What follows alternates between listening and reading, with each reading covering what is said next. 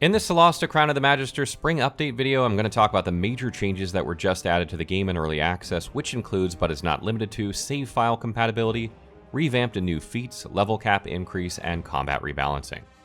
The first thing we'll cover in this breakdown video is save file compatibility, which will be the only time that you'll have to start your game from scratch in early access, and this is because of the Spring update's major changes. Solasta Spring Update will include a lot of significant changes like the addition of reworked and proactive feats, side quests to gain extra XP, as well as faster loading. However, if you wish to continue playing your save files from the previous version, you can access these via a separate Steam branch, which is provided alongside the Spring Update. This is not typically done by developers, so Tactical Adventures has really gone the extra mile here. When it comes to feats, existing and new ones have been modified and added in order to make these proactive and therefore significant. Examples of adjusted feats include Hauler and Powerful Cantrip. Hauler still provides a +1 strength bonus, but instead of raising your carrying capacity to 40, it will now be doubled. This means that the higher the base carry capacity, the better that capacity will be when you choose this feat. Powerful Cantrip, which used to be known as Potent Cantrip, receives a buff, thereby making your spellcasters more menacing. With this feat, your enemy receives half damage regardless of whether or not they dodge or succeed in their saving throw against the cantrip you cast. Moreover, new feats are introduced which further shakes up the way you play if you choose the bonus feat option starting at level 4. Some feats that I would like to try are Ambidextrous for the Rogue and Raise Shield for the Fighter or Paladin. Ambidextrous gives you a bonus of +1 dexterity and allows you to dual-wield one-handed weapons that don't possess the light properties such as rapiers, which deal 1d8 damage per rapier compared to 2 short swords, which deal 1d6 each. On the other hand, Raise Shield protects you from ranged attacks thanks to your reaction as long as you have a shield equipped. Because of this feat, you'll receive a bonus of +3 armor class for the duration of your attacker's turn. The level cap in early access is raised from 6 to 8 for all of the available classes. When you reach level 8, you can once again choose to improve your ability scores or pick another feat. At level 7 for fighters, paladins, and rangers, you unlock additional features that further customize and make the corresponding subclasses you picked at earlier levels stronger. Comparatively, at the same level, rogues will gain evasion, which allows them to dodge AoE spells that require them to make a dexterity saving throw. When they are successful with this saving throw, they will not take any damage. Otherwise, the damage they receive is halved. For both clerics and wizards, you'll be able to cast level 4 spells starting at level 7. Some examples of level 4 spells that will be added to the game are Freedom of Movement and Ice Storm. Freedom of Movement lets your cleric touch any of your party members to protect them from status and magical effects that aim to reduce their movement speed or cause them to be paralyzed or restrained. Ice Storm is an AoE spell that lets your wizard deal 2 to 16 bludgeoning damage and 4 to 24 cold damage if the target fails their dexterity saving throw. Otherwise, they receive at most half of the total damage combined. Ice Storm pairs well with the Shock Arcanist's Arcane Fury feature because it's an evocation spell.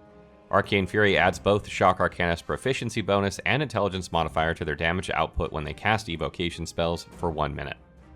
You can now change the difficulty settings of the game at any point in time, even when in combat. Switching to a different difficulty setting automatically saves said setting. This means that if you set your current difficulty to Cataclysm Mode and you load one of your saves, the difficulty will still be Cataclysm regardless of what the particular save file's difficulty is. There are 5 difficulty settings that you can choose from, and I will briefly go through them here. First is Story Mode, which is the easiest difficulty that allows you to enjoy the story by greatly reducing the damage your entire party receives.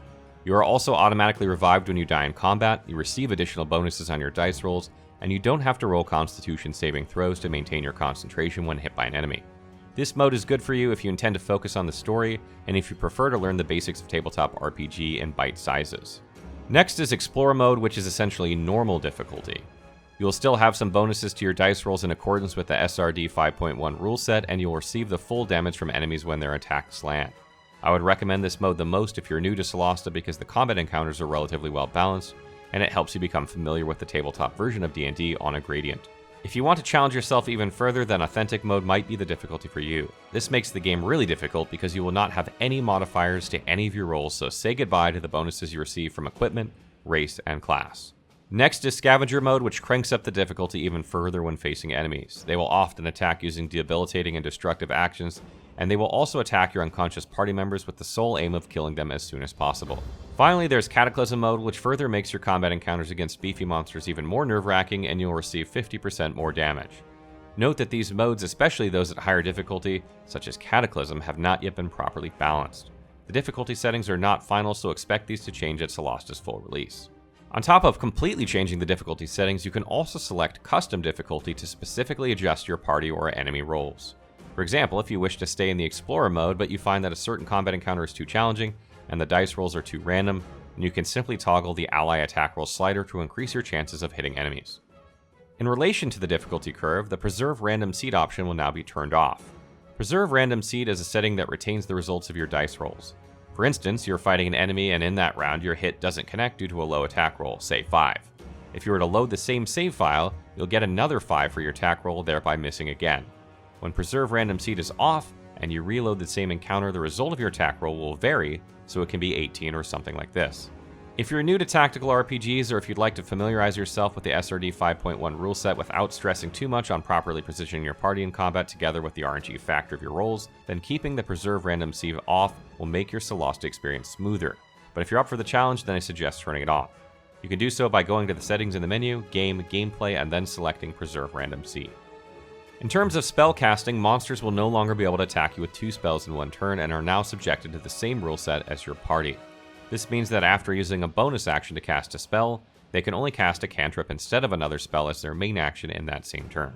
After 2 hours of playing Solasta, you'll have encountered Soraks, which are powerful medium humanoids due to their high armor class and saving throws. What happens when facing them is most of your attacks will miss, prompting you to reload to try a more optimal approach in terms of properly positioning your party. In the event that you do hit them, the damage or status effect you inflict wouldn't be as impactful due to their better saving throws, making it harder to defeat them. In addition, these defensive stats are further enhanced thanks to the Child of Darkness buff they get, which they gain in low light conditions. Because of these issues, rebalancing the stats of Soraks was necessary.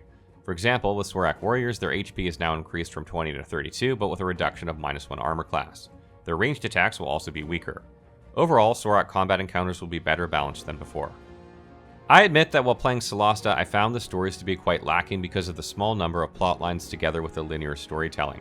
However, with the upcoming update, new side quests will be added which you can go back to even after you've reached the end of the main campaign in early access. These quests are related to your chosen background, such as an academic, spy, or philosopher, to name a few.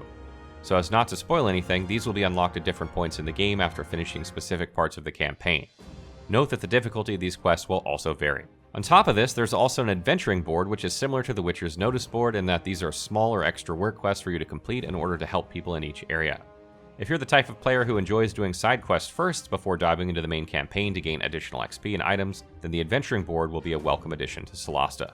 As previously mentioned, when you finish the campaign, you can still roam around the world to complete side quests.